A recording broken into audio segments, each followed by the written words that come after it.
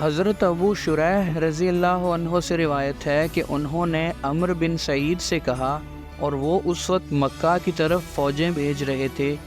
اے امیر، مجھے اجازت دیں کہ میں آپ کو ایک ایسی بات بتاؤں جو نبی صلی اللہ علیہ وسلم نے فتح مکہ کے دوسرے دن کھڑے ہو کر بیان کی تھی۔ میرے دونوں کانوں نے وہ سنی اور میرے دل نے سمجھ کر یاد کر لی، اور جب آپ نے وہ کہی تھی تو میری دونوں آنکھیں آپ کو دیکھ رہی تھیں۔ اللہ کی حمد آپ نے بیان کی اور اس کی تعریف کی،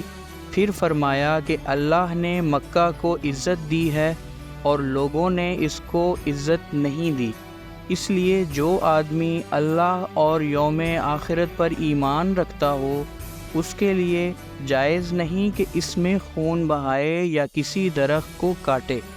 پس اگر کوئی اس وجہ سے اس کے متعلق اجازت سمجھے کہ رسول اللہ صلی اللہ علیہ وسلم اس میں لڑے تھے، تو تم کہو کہ اللہ ہی نے اپنے رسول کو اجازت دی تھی